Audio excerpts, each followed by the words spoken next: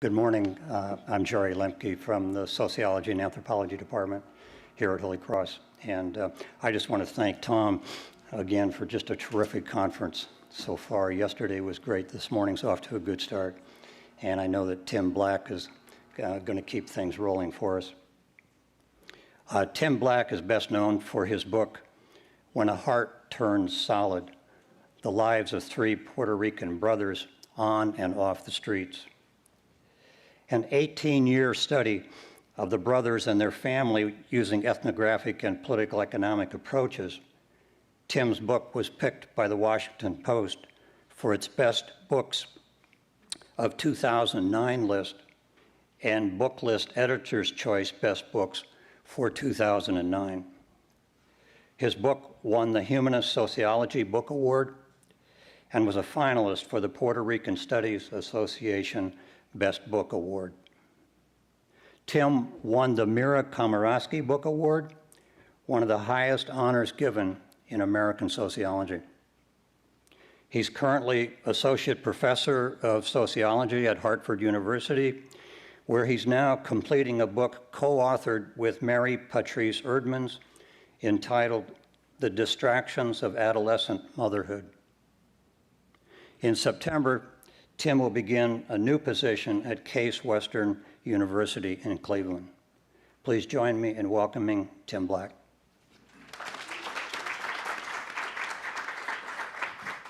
Thanks, Jerry, for that introduction. I want to thank Tom Landy for organizing such a stimulating 2 days of discussion, giving us an opportunity to think about Michael Harrington for a couple of days. I want to thank Maurice Isserman. It's been a pleasure to meet Michael's biographer, who's here today. And I want to thank Pat Hinchcliffe for keeping me abreast of the developments along the way.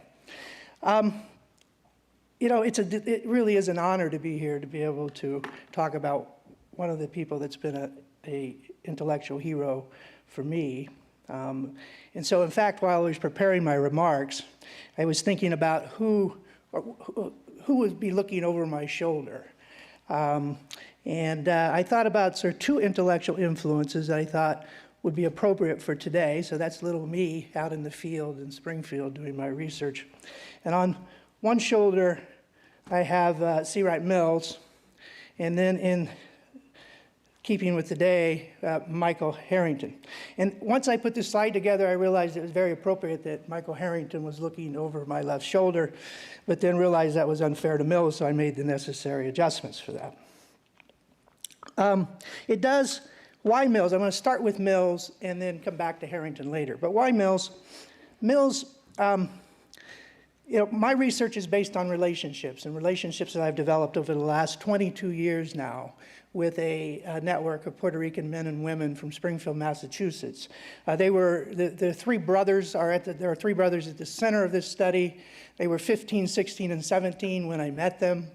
They are 37, 38, and 39 now. I was a young man when this study began.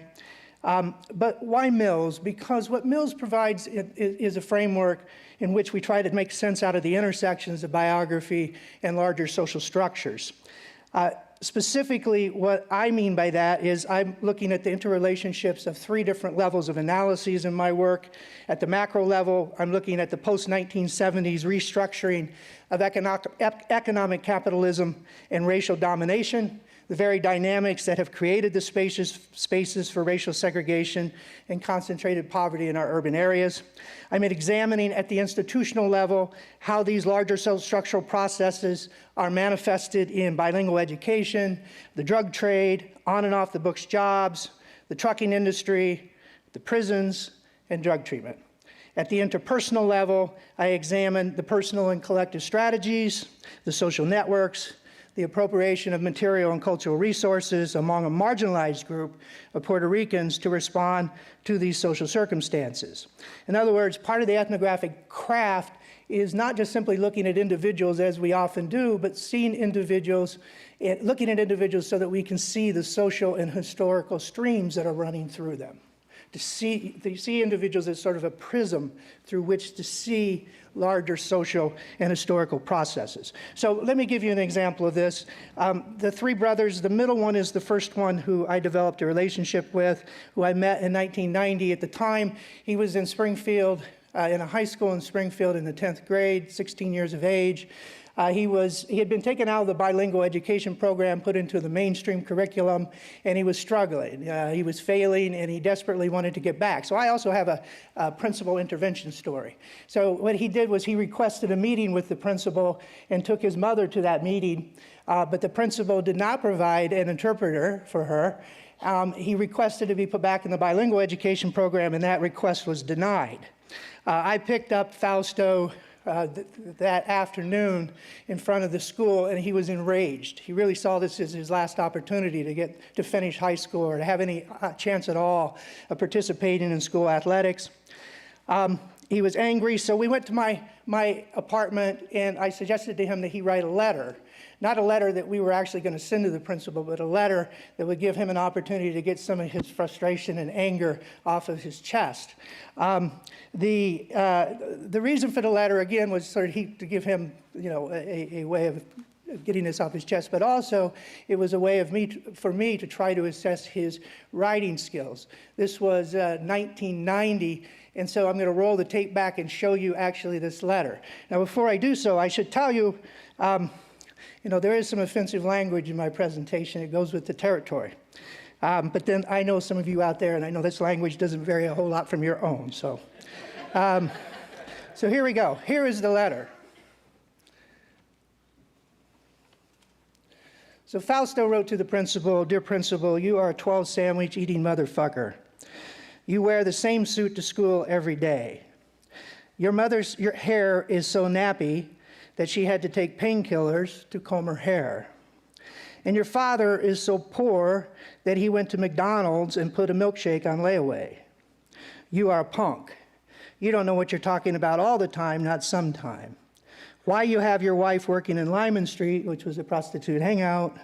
Fuck you, your wife's pimp." How's that for an icebreaker?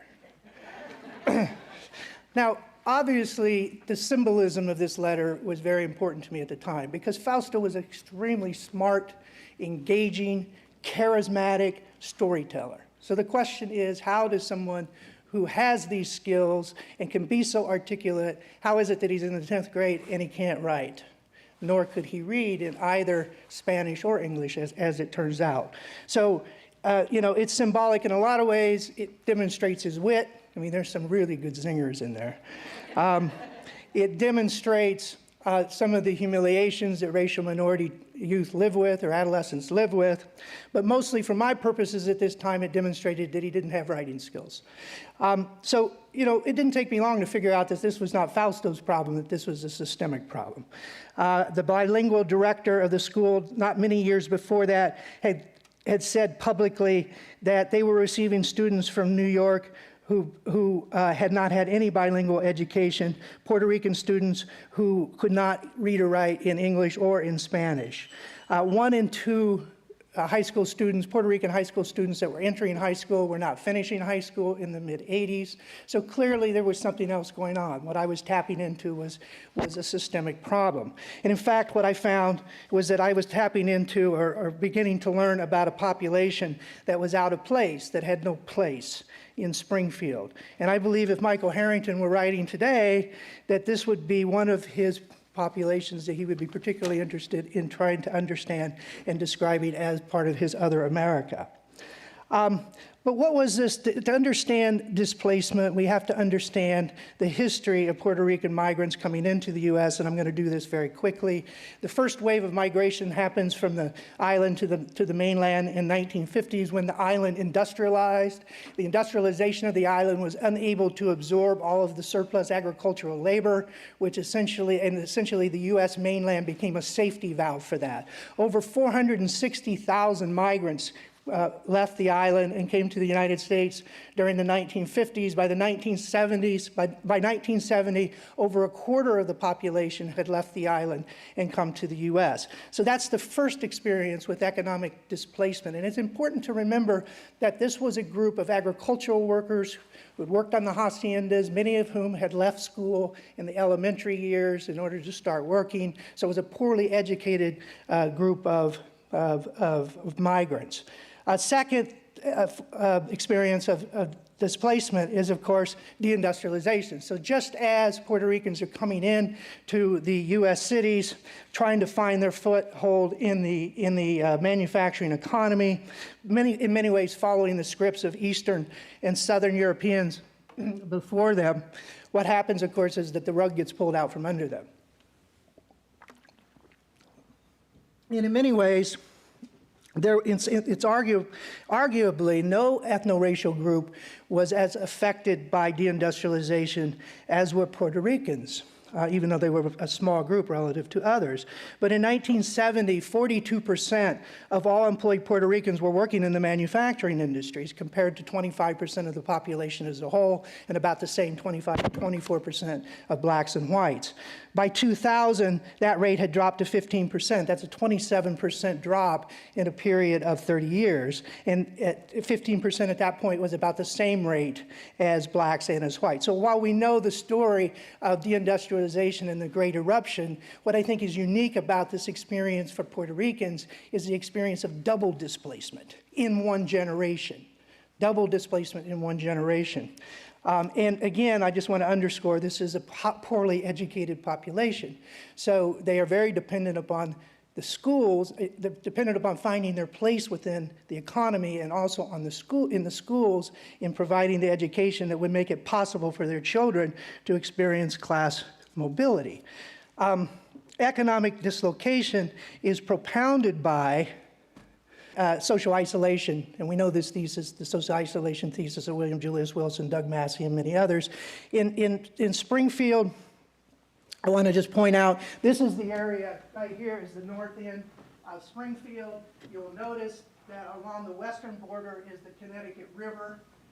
On the northern part, this is an industrial area, and included a lot of metalworking plants. On the south side, this was a minor league baseball park in the early part of the century, and then became an industrial area.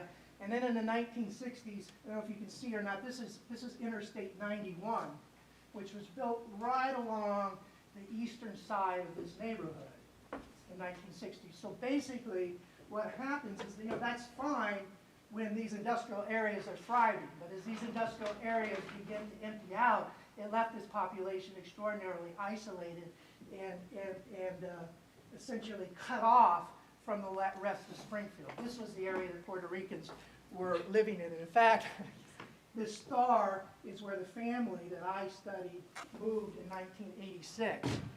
Thank you.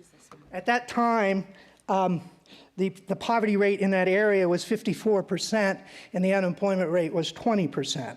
Reactions towards Puerto Ricans in this climate of growing insecurity was, of course, hostile. They experienced what I sometimes refer to as the 3 S's. They were stigmatized, they were stereotyped, and they were scapegoated. So it was economic displacement, neighborhood segregation, and the larger social context of social insecurity that contributed to the hostility of Puerto Ricans in the community and in the schools, where they were referred to derisively as balengues in the white-dominated schools. So this was the brewing of the perfect storm. One of the activists in Springfield's North End, Barbara Rivera, very well known, and for any of you who are from Springfield, I'm sure you're aware of her. Sitting before the State Commission on Hispanic Affairs in 1984, she cited the young median age of Puerto Rican population, the lack of recreational facilities for Puerto Rican youths, high delinquency and substance abuse rates, occasions of neighborhood gang activity, the extraordinarily high rate of school dropouts, and the failure of teachers to inspire confidence in Puerto Rican youngsters. And she warned at this time that they were looking at a lost generation. And in many ways, this is the concept that reverberates throughout my book. This is the network of men and women that I am studying. They are the lost generation. The lasting effects of segregation, isolation, and ethnic and racial polarization can still be seen today. The high school dropout rate, or the graduation rate, if you will, has not changed in the last 20 years. Still less than 1 out of every 2 Puerto Ricans who enter high school complete high school in Springfield. Some of you probably saw Northeastern University's Institute on Urban Health Research 2010 report, in which they studied 100 metropolitan areas. They found that Springfield had the second highest Hispanic segregated primary schools of those 100 metropolitan areas, sandwiched between Los Angeles and New York. Boston being 4th and Hartford being 5th. They had the 9th highest black segregation rates in the primary schools as well. The Federal Reserve Board has taken an interest in Springfield. They have one study that they've done, compares Springfield to a lot of other cities in the area of similar size, Providence, Worcester, Fall River, Hartford, Bridgeport, and others.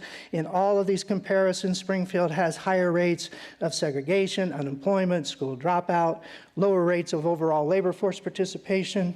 Only 39% of adults in Springfield without a high school education are employed.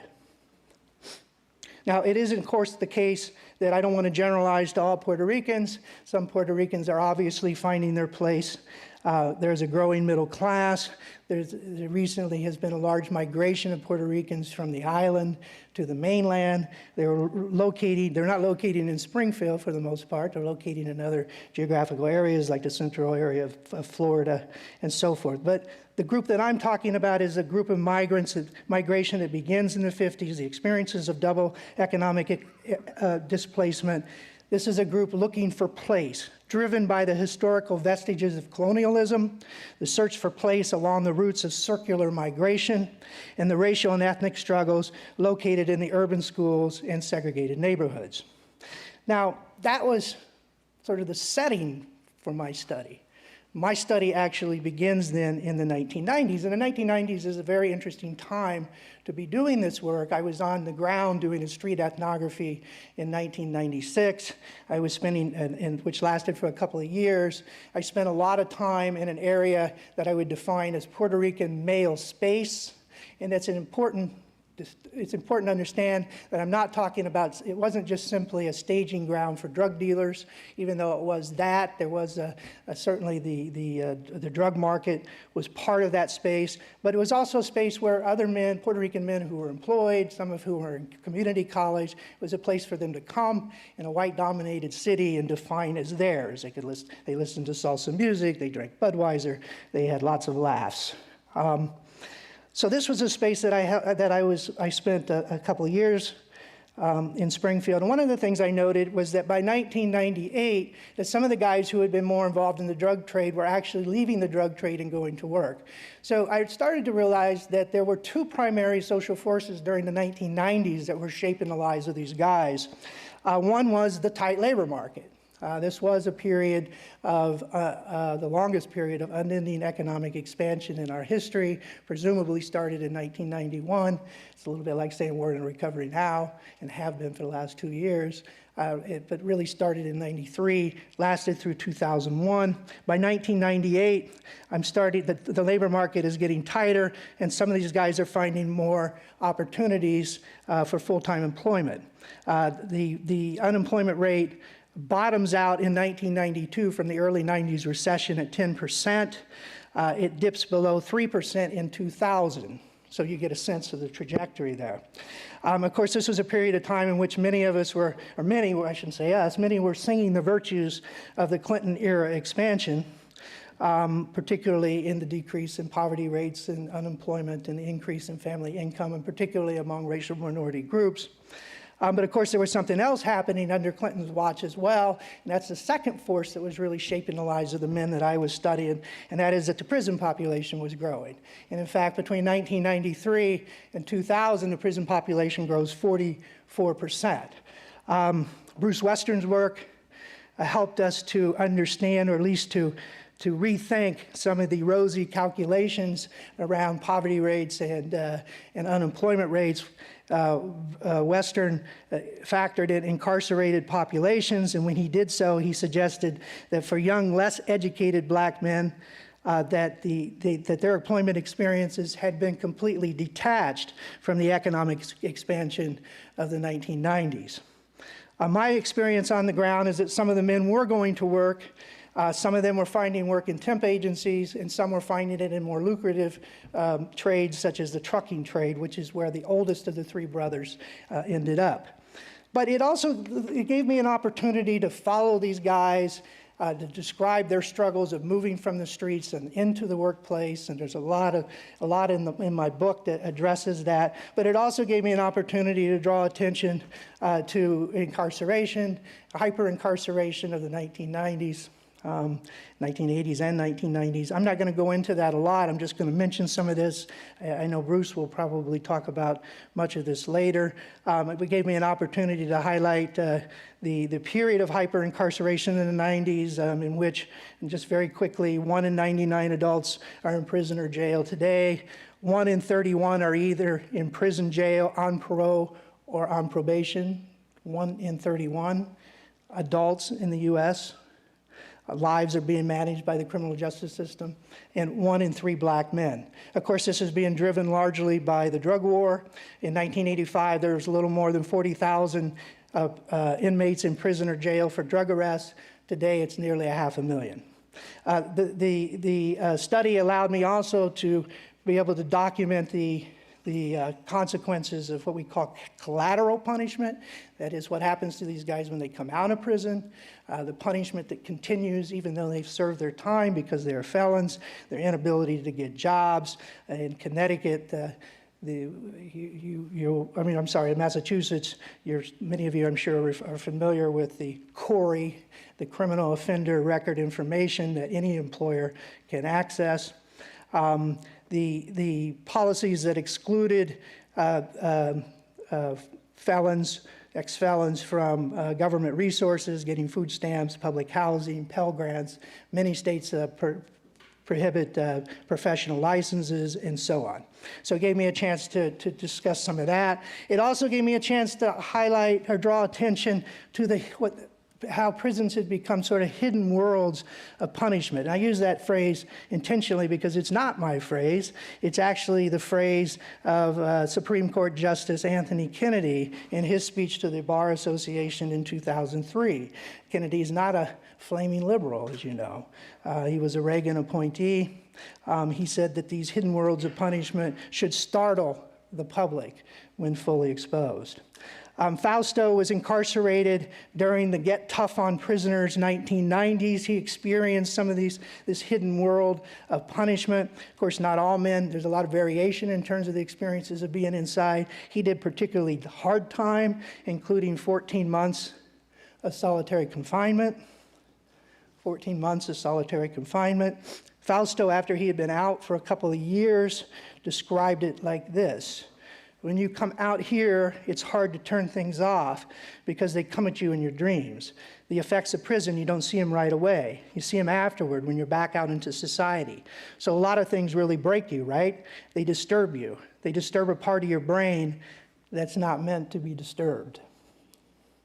And the last thing was that the study allowed me to begin to explore the amount of debt that many of these guys are coming out of prison with, largely because of fees that are now being charged to them, to probation offices, or departments, courts, and of course the child support that accrues while they're inside. Another study that I'm doing now, looking at marginalized fathers, I've been shocked to find that many men are coming out of prison $10,000, $20,000, $30,000, $40,000 in debt. Michelle Alexander did a particularly good job in her book, The New Jim Crow, in identifying some of these pre-conviction and post-conviction service fees. So that was then. So what is now?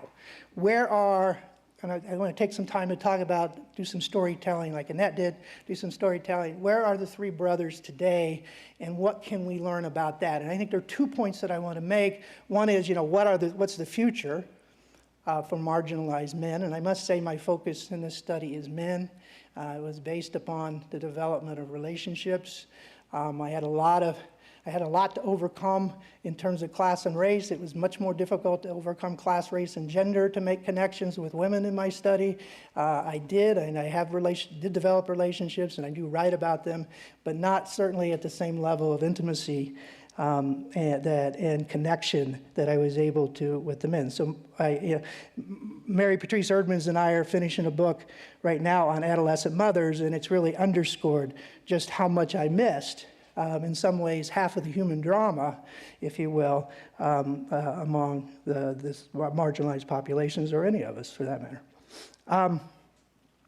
So where are they now? And I think there's two major points that I think we can make from this. One is, let's look at what is sort of the range of outcomes for these men as they are now 37, 38, and 39. And the second point I want to make is just the point that trajectories are very rarely linear. They're very nonlinear. These men move back and forth depending upon a number of factors. Clearly, the last decade has been brutal. The Julio, who I want to start with, Julio left the streets in 1995, became a truck driver. He's been driving now for 17 years, driving a tractor-trailer truck. Julio's struggles are really the struggles today of many working people. So for instance, the company that he's working for has been working very hard to try to bust the labor union. After changing jobs 9 times for his first 8 years of driving, he finally landed a unionized job. He left that unionized job to become an independent contractor, to drive a truck, which was encouraged by the company, which meant he had to relinquish his union status, to drive this truck, to lease a truck, and to become an independent contractor, which sounds great. You know, it really underscores this notion of being independent and being your own boss and so on. The problem was that, they didn't provide him with any of the necessary information and training for how to manage his money. And suddenly he has all this money, and he has this money that most of us in that situation would hire accountants to take care of. You got to pay taxes. You got to deal with a variety of personal financial concerns. They did not provide him with that, and in fact, they never even developed a contract with him. And so in many ways, he was never really independent. He was still driving for the same company. They just simply gave him the truck and said they had leased him the truck. And they forgot somehow to take out the lease, to take out the amount of the lease for the first 2 years that he was driving.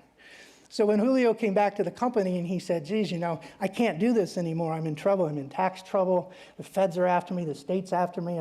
I'm worried about bankruptcy. They said, well, you can come back into the company now, but you'll have to work in our non-union division. And not only that, but oh my gosh, we forgot to charge you the money for the lease of the truck, and so you now owe us $46,000, which he's been paying off for $150 a clip for each week over the last 3 years. Julio also took out one of those subprime loans. He had 2 of them, a 10% and a 12% loan. It had ballooned to 10% and 12%, so he foreclosed on his home a few years ago and is now on the verge of personal bankruptcy. Now, that's one story among many, but it is a story, I think, that underscores the struggle of working people. I've contacted a couple of tax lawyers to see, in fact, if the company could make this $46,000 debt stick. The tax accountants have said they surely cannot, that he was never, by regulatory definitions, an independent contractor. I suggested to Julio that maybe, this gets to a next point of cultural capital, I suggested to Julio that he might want to challenge the company on this, but of course he can't do that, can he? Because he's afraid of retaliation. He has no union protection. He lives like a lot of working people today, and that is that they live in fear. Fear. Okay? The second is Sammy. Sammy is the youngest brother.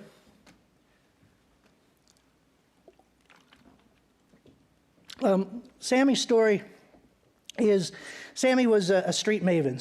Sammy loved the streets. He was good at the streets. He left school. He didn't find place in school very early in Yonkers or in Springfield. He was very immersed in the street at a young age, socialized on the street by some very effective hustlers on the street. And yet, in 1998, he came off at the streets. I saw his identity begin to change. He took jobs in temp agencies. He had a child with a woman that he had moved in with, his girlfriend. And I saw his identity begin to be reorganized around working class respectability and around fatherhood. He was into this about 3 years, and his car slid off of an exit ramp late one night coming home from work. The problem, of course, is he had now totaled his car, had no way to get to work the next day in the suburbs, had no way to get his child to daycare the next day in the suburbs, and had no way to get his wife to work. So what is he to do? Take out a loan? Well, obviously he can't do that. He's never even had a checking account. So what he did was he utilized the resources that he had available to him, went back up to Springfield, was going to double up his paycheck. He went out to sell in the same bar that we used to hang out in, sell cocaine, and that night got busted. And so looking at mandatory minimum of 7 years, he ended up plea bargaining to 3 years, but it turned out to be a very important 3 years because of his trajectory and the vulnerabilities and this sort of transition he was making. Sammy came back out. Sammy tried to reconnect with his girlfriend and his child and to sort of reclaim that space which had become strained while he was in prison. It didn't work. He ended back up on the streets and was busted. They tried to, for selling to an undercover, they tried to give him 15 years in prison. We managed to get a 4 to 7. And he is upstate right now. Sammy is extremely smart. He plays a very significant role inside prisons in one of the prison associations, or what many would probably call gangs. He has assumed a leadership role in that prison association. He has many of those leadership qualities: keeping distance, managing people. He's compassionate, articulate, and ruthless. Are these skills transferable? I'm not sure. Lastly, Fausto. Fausto is the one whose letter we began with. He's the one who spent 7 years in prison, much of that doing very hard time. He came out in 2000. He had a very rocky road for a long period of time trying to find his place.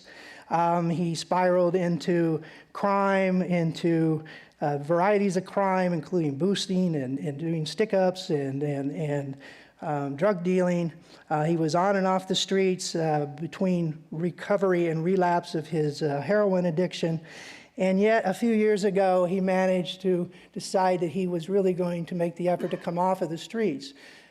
He enrolled in a culinary program, and all of the articulation that you've seen already, that this articulate, charismatic guy and all this passion got poured into this culinary program. And he would call me regularly, and it was kind of like talking to the walking, talking food channel, or he would talk about the intricacies of orange chiffon cake and things like this. And he became the star of the program.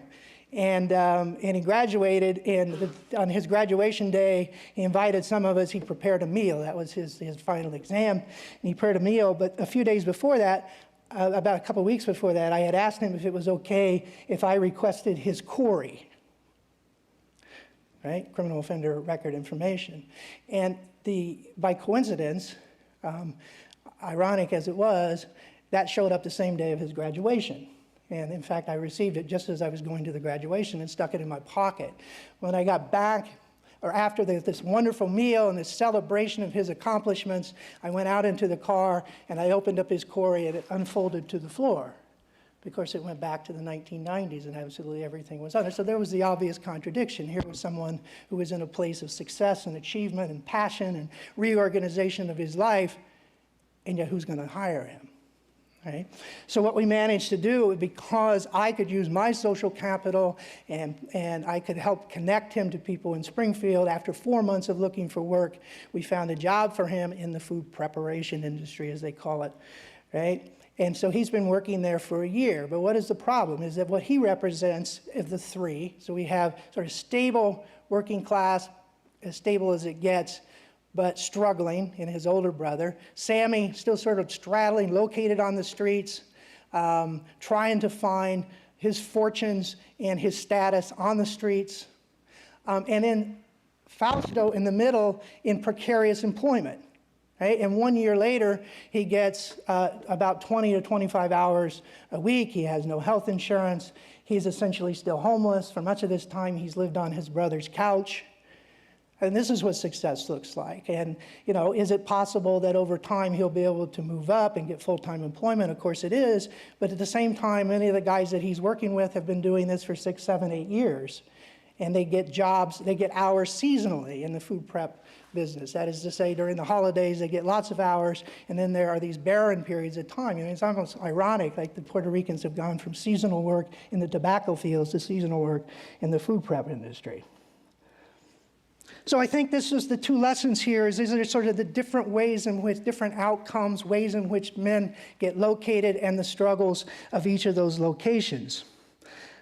It also, I think, represents the fact that most of these, if you know their histories, those trajectories are not linear. There's a lot of movement. And in fact, I conclude by suggesting that over the 22 years, one of the things I have learned is that the men in my study possess a swirling mix of predispositions, orientations, influences, sensibilities, skills, capacities that get acquired. There are multiple influences in their lives that get acquired from an accumulation of varying experiences that get enacted within changing social contexts and emerging opportunities. Okay, lastly, I have a few minutes left or no? How am I doing? Oh my goodness. Well, let me just finish then. I was going to, it's probably just as well, because yesterday I heard Morris say that someone asked him if he would channel Mike Harrington, and he said, of course, he wouldn't even try to do that. Who could do that? And I already had the slide made out, so it was like, oh, Christ, now what do I do, you know? You know, I would just finish. There were a number of ways in which I think that Harrington would enter into this conversation. I don't have any time left. So the one thing that I am going to say, though, and you know, yesterday was a very wonderful, rich discussion. I learned a tremendous amount about Harrington. But one of the things that I thought was missed yesterday and wasn't discussed was incarceration in this era of hyper-incarceration. And I think if Harrington were alive today, that he would be shocked, I suspect, to see the role that prisons and the criminal justice system are now playing in warehousing and managing the lives of the poor. In essence, making the invisible poor more invisible. Thank you.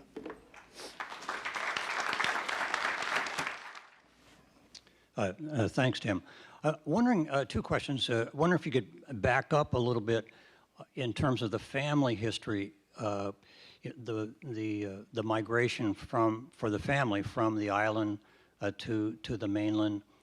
You mentioned briefly Yonkers in the story in your account, so I presume that there's a stop somewhere along the line in Yonkers, and any mobility, you know, from the mainland back to the island. Is there anything like that? That's one kind of set of questions. Another is if you can talk a little bit about research methodology. I know you were very close to the boys during the time that you were doing the research, with them quite closely during their prison experience, not in prison, but doing visits to the prison when they were in prison and so forth. And you know, some of the methodological problems that present themselves there with some people might say being too familiar with the people, too involved in their lives. And I'm wondering what you went through sort of grappling with some of those methodological issues along the way, and if you can tell us a little bit about that. Sure. Thanks for those questions, Jerry.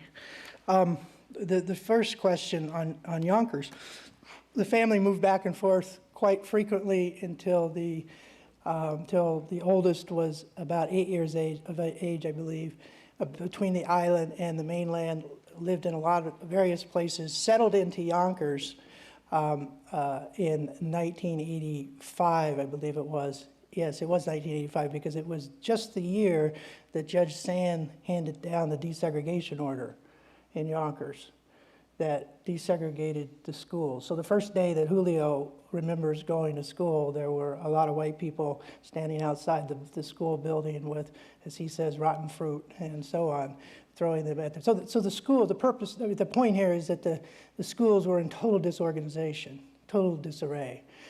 Chaotic during those first years.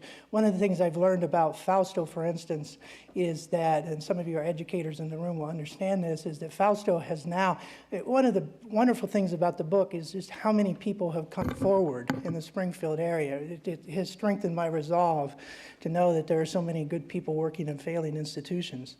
And there was a school teacher who's been teaching for 30-some years who's come forward, is working with Fausto now on his literacy skills.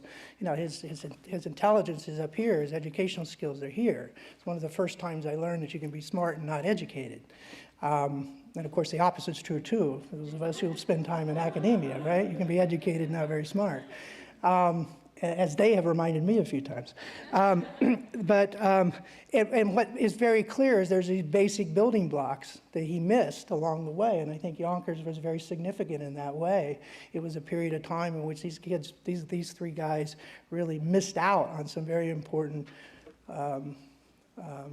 literacy needs that they're trying, or at least Fausto's trying to make up for now. So that was part of the Yonkers, and the reason for leaving Yonkers is that their parents were looking for greener pastures. They were looking for better opportunities, as is the reason why most people migrate, right? And so they went from Yonkers to the north end of Springfield. Methodology, yes. 22 years is a long time. I'm very close to these guys. You know, I have become fictive kin, if you will. Am I too close? Well, perhaps, but I think that this is a study that's rooted in relationships. What I know is based on those relationships, the depth of what I've been able to understand, my understanding of oppression, how it's lived, how it feels, and so on, is really rooted in that relationship. And when I write about it in the book, I don't try to pretend like I'm not there. I am there. And everything I know is based upon the nature of that relationship. That's my methodology. I write myself into the book. What I know is because of my presence there, the nature of the relationship. And of course, over 22 years, one of the things I've learned is that, you know, as the relationship changes, what we know changes. And so there's some real benefits in being able to do this kind of longitudinal ethnography. We learn a lot during that period of time. The other thing I'll say is that, you know, it's important to remember that I am an outsider. I am a gringo. And in many ways, distance has never been a problem. Distance is easy. I don't live in their worlds. And so closeness has always been the challenge for me, figuring out ways of connecting, ways of trying to develop intimacy and sharing my life and sharing their lives and so on over a period of time. And there's still a lot that I don't know about them, which I continue to learn, particularly since the book has been written. You know, oh, well, I think you missed this, Tim.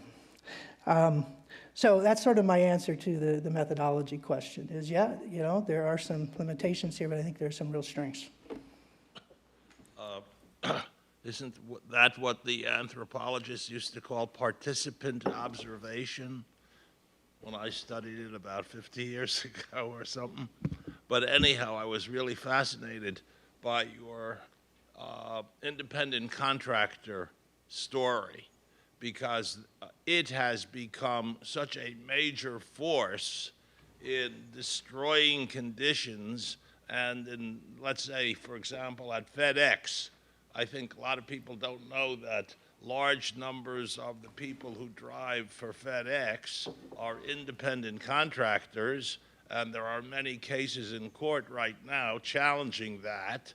And obviously, if you are an independent contractor, the employer isn't paying Social Security Medicare, et cetera, many other taxes on these employees. So the taxi industry, for example, was switched from employee to independent contractor across the country. And the trucking industry, at least over the road, where the unions were able, or the Teamsters was able to keep independent contractors out, that thing has now been flipped entirely. So this is a really very vicious system, and it's very broad and very comprehensive. I think to some extent the Labor Department is trying to do something about it, but it's tough going. Thanks for that comment. And I'll add to that too, you know, given the hegemonic forces in our cultural hegemonic forces in our country, which always sort of tend to hold the poor as morally culpable for their own poverty, you know, the sort of individual explanation of poverty. I mean, Julio's understanding of that whole process is that he couldn't manage his money. Right? We don't see the systemic and the structural ways in which he has been victimized, in a sense. So, yeah, thanks for that comment. Could you say a little bit more about bilingualism? To what extent are these guys still bilingual? When do they use English? Are they equally good or bad in one language or the other? And very articulate in both languages, move back and forth between worlds in which they speak English and speak Spanish. They speak what they call Spanglish. And the bilingual education issue is a very important issue. I don't know if I have any more time. Tom, you're standing right here, so I don't think I have. I had a longer version of that, but I can talk to you privately about it because I think I'm about ready to get the cane off the stage. Thank you very much. Thank you, Tim. Thanks.